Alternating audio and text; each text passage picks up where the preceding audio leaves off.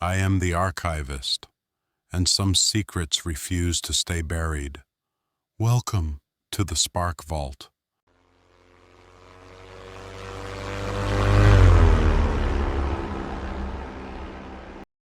Some vaults are not found in the dark depths of a forest or on a remote frozen lake.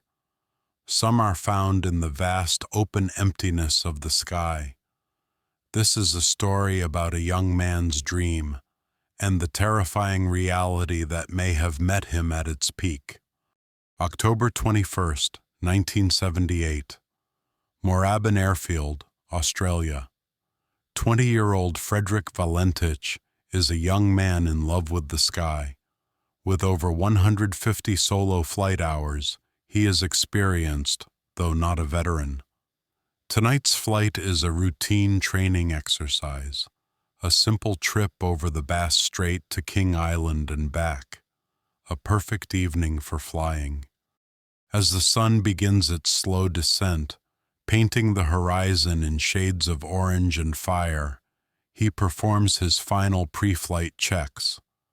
There is a calm confidence about him, the quiet focus of a pilot who feels more at home in the air than on the ground.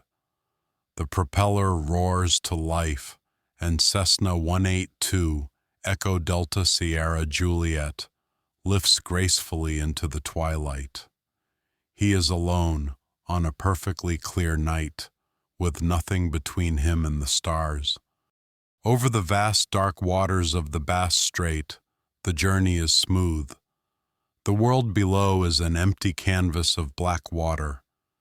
In the Melbourne Air Traffic Control Room, Steve Roby watches Valentich's flight as a single lonely blip on his radar screen, a routine flight, no different from hundreds of others. But then, something changes.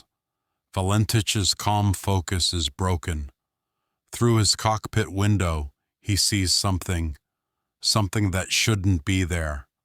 At 7:06 p.m., he keys his microphone, and a routine flight becomes one of the most chilling and inexplicable dialogues in aviation history. The following is a dramatized reading from the official transcript of that final transmission. Valentich's initial tone is one of simple curiosity. Melbourne, is there any known traffic below 5,000 feet? I am seeing 4 bright lights that appear to be landing lights. The aircraft has just passed over me, at least 1,000 feet above. Control confirms. There are no other aircraft in his vicinity. The radar is empty. The mystery deepens when Valentich describes the object's appearance and impossible speed. It seems to me that he's playing some sort of game. He's flying over me 2-3 times at speeds I can't identify. It has a green light and sort of a metallic luster. It's all shiny on the outside. Then, the encounter escalates from a simple sighting to a direct, terrifying interaction. The unknown object begins to actively engage his plane. It's orbiting above me. It's got a bright green light. It seems to be stationary. I'm orbiting, and the thing is orbiting on top of me also. It has a green light, and it is not an aircraft. On the ground, Steve Roby can only listen, helpless, as the situation in the air deteriorates. Valentich reports that his engine is beginning to fail. Engine is rough idling. I've got it set at 23, 24. And the thing is... And then, the final terrifying transmission. Valentich's voice is no longer confused. It is filled with a sense of final horrified realization. My intentions are, to go to King Island. Melbourne, that strange aircraft is hovering on top of me again. It is hovering. And it's not an aircraft. His voice cuts out. For the next 17 seconds, the only thing transmitted from his microphone is a harsh, jarring metallic scraping sound, a sound that has been described as the tearing of metal, then utter and complete silence. Frederick Valentich and his Cessna Echo Delta Sierra Juliet had vanished from the sky. On the radar screen in Melbourne, his blip simply disappeared. An extensive search and rescue operation was launched. For 4 days, the Royal Australian Air Force scoured the Bass Strait. They found nothing. No wreckage, no oil slick, no sign that a plane had ever crashed into the water. Witnesses from the ground began to emerge. People who claimed to have seen a strange green light erratically following a small plane that evening.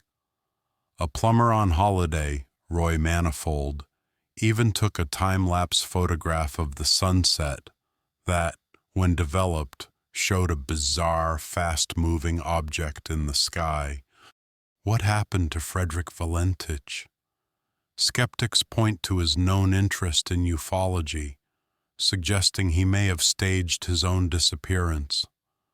Others propose the inverted Earth theory, that he became disoriented, flew upside down, mistook his own reflection in the water for another craft, and ultimately crashed. But what can explain the 17 seconds of metallic noise? What can explain the corroborating witnesses on the ground? And what about that final terrifying description? It's hovering, and it's not an aircraft. To this day, the Department of Transport file on the Valentich case remains open. The official verdict: disappeared, cause unknown. Frederick Valentich flew into the sunset, into a 7-minute conversation with the impossible, and never returned. His final words hang in the archive, an eternal echo of a mystery that began with 4 bright lights and ended in silence. The echo fades, but the file remains open. Some things once seen can never be forgotten. I am the archivist, and I remember everything.